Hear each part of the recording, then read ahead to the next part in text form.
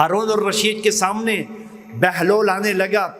ہارون الرشید کے سامنے ایک ڈنڈا پڑا ہوا ہے اور خوبصورت سا ڈنڈا ہے۔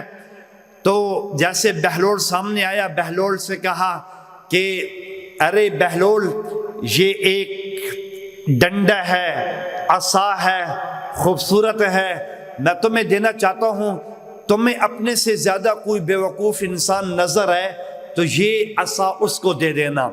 بہلول اللہ والے تھے، مجذوب تھے، جن کو دنیا کی رنگینیوں سے کوئی کام نہیں تھا، بادشاہوں کے لو لشکر سے کوئی غرض نہیں تھی، وہ بس اسی فکر میں تھے کہ میری آخرت کیسے اچھی بن جائے۔ بہلول نے اپنے چادر کے اندر اس ڈنڈے کو سنبھال لیا اور ہارون الرشید سے کہنے لگے، پاشا سلامت، مجھے اپنے سے زیادہ کوئی بے وقوف نظر آیا تو میں یہ ڈنڈا اس کو دے دوں گا۔ بات مجلس ختم ہو گئی، بہلول اٹھ کے چلا گیا۔ چند دنوں کے بعد پتہ چلا کہ ہارون الرشید زندگی موت کی کشمکش میں ہے اور انتقال کا وقت قریب ہے۔ بہلول اسی ڈنڈے کو اپنی چادر کے اندر چھپا کے بادشاہ کی مجلس میں آتا ہے۔ ہارون الرشید بیماری کے عالم میں ہے، بڑھاپا طاری ہو چکا ہے اور جسم کمزور ہو چکا ہے، آخرت کی طرف رواں دواں ہے، آج موت کا فرشتہ ہے، کل فرشتہ ہے۔ بہلول نے آ کے پوچھا، بادشاہ سلامت کہاں کی تیاریاں ہیں؟ کہ بہلول، آخرت کا سفر قریب آنے والا ہے، آخرت کے سفر کی طرف رواں دواں ہوں۔ تو بہلول علیہ الرحمہ کہنے لگے، اچھا سفر پر جا رہے ہیں؟ کہاں سفر ہے؟ کہ بادشاہ سلامت سفر سے کب واپسی ہوگی؟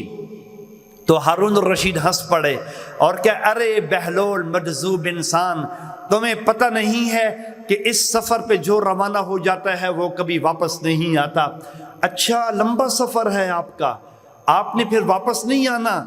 تو بہلول رحمۃ اللہ علیہ کہنے لگے، ارے بادشاہ سلامت، آپ نے آگے کسی لشکر کو بھیج دیا ہے جنہوں نے وہاں پر آپ کے خیمے لگائے ہوں، اچھے کھانے پکانے کا بندوبست کر رکھا ہو، وہاں سے لوگوں کو دور کر دیا ہو، وہاں پر آپ کے رہنے کی جگہ اچھی بنا رکھی ہو۔ تو بادشاہ کہنے لگا، ارے بہلول، میں تمہیں بتا جو رہا ہوں، یہ آخرت کا سفر ہے، اس آخرت کے سفر میں دنیا کا کوئی لشکر آگے بادشاہ کے استقبال کے لیے نہیں جا سکتا۔ اس کے لیے اگر استقبال کے لیے آئیں گے تو آسمان کے فرشتے آئیں گے، دو قسم کے ہوں گے، یا وہ کوڑے لے کر آئیں گے یا جنت کا کفن لے کر آئیں گے، ان میں سے کوئی ایک چیز لے کر آئیں گے۔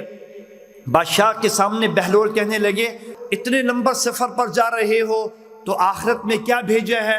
کہ نیکیاں آگے کام آنی ہیں، وہ تو میں نے بھیجی نہیں ہے۔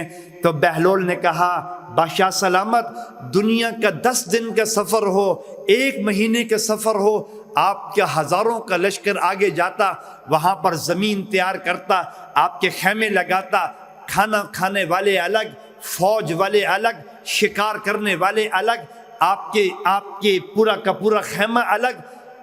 10 دن کے سفر پر تو بڑی تیاریاں، ہمیشہ کے سفر کے لیے آپ نے کوئی تیاری نہیں کی؟ کہ بادشاہ سلامت، بہلول کوئی تیاری نہیں کر سکا۔ تو بہلول نے وہ عصا نکالا اور کہا، اے ہارون الرشید، آپ نے کہا تھا کہ تمہیں اپنے سے زیادہ کوئی بے وقوف انسان نظر آئے تو یہ عصا اس کو دے دینا۔ کہ ہارون الرشید، مجھے آپ سے زیادہ بے وقوف اور کوئی انسان نظر نہیں آیا۔ میرے دوستو، ہم بھی دنیا کی زندگی گزار رہے ہیں، یہ نہ ہو کہ کل قیامت کے دن آواز لگے، وہ کون لوگ ہیں جنہوں نے دنیا کی زندگی کو آخرت پر ترجیح دے دی تھی؟